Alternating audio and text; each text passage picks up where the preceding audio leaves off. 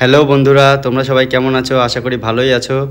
আজ আমি বেলডাঙ্গা থেকে চারগেট হয়ে বাড়ি আসার জন্য চারগেটের রাস্তায় যাই। তো ওখানটায় গিয়ে দেখছি রেল লাইনের ওপর দিয়ে একটা বিশাল বড় মেশিন দিয়ে কোনো কাজ হচ্ছে। তো আমি এই মেশিন কোনোদিন দেখিনি। তোমরা যদি এর আগে দেখে থাকো তাহলে অবশ্যই কমেন্ট করে জানিও। মেশিনটা দেখে আমি ভিডিওটা না করে আর পারলাম না, তাই তোমাদেরকে একটু কিছু কিছু জিনিসগুলো দেখাবো মেশিনের কাজ কিভাবে করা হয়।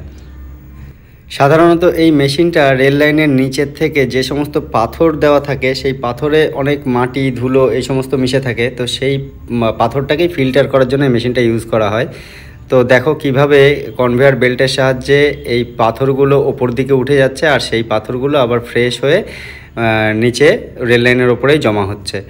তো এই আধুনিক জিনিসটা ওখানকারই একজনের কাছ থেকে শুনলাম যে এই মেশিনটা নাকি তৈরি হয়েছে 2000 সালে।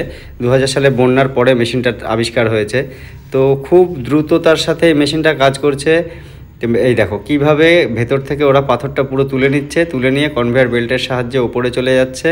ওখান থেকে চলো ওই সাইডটাতে দেখাই। ওই সাইডটা দিয়ে পাথরের থেকে শুধু মাটিটা আলাদা হয়ে মাটিটা এক সাইডে পড়ছে আর পাথরটা আবার রেল লাইনের ওপরেই পড়ছে। এই দেখো মাটি পড়ছে ওই সাইড দিয়ে। মেশিনটা হঠাৎ বন্ধ হয়ে যায়, তো ওখানে বন্ধ হয়ে গেলে আবার মাঝে মাঝে নিচেটা খুঁচিয়ে দিলে পরে আবার মেশিনটা স্টার্ট করা যায়।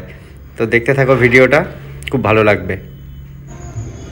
আমি এই মেশিনটার নাম জানতাম না, গুগলে সার্চ করে জানতে পারলাম মেশিনটার নাম প্রেসার বিআরএম ইউনিট। এটা সাধারণত রেল লাইনের কাজেই ব্যবহার করা হয়।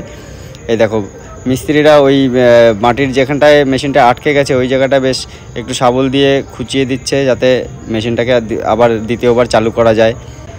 এটা অটোমেটিকই হয়, কিন্তু কিছু কিছু ক্ষেত্রে দেখা যায় বড় পাথর কোথাও লেগে গেল তখন মেশিনটা আটকে যায়। তখন যাতে ভালোভাবে মেশিনটাকে চলে তাই জন্য রেল লাইনের সাইড দিয়ে একটু কিছু মাটি আলগা করে দিলে পরে মেশিনটাকে আবার চালানো যাবে।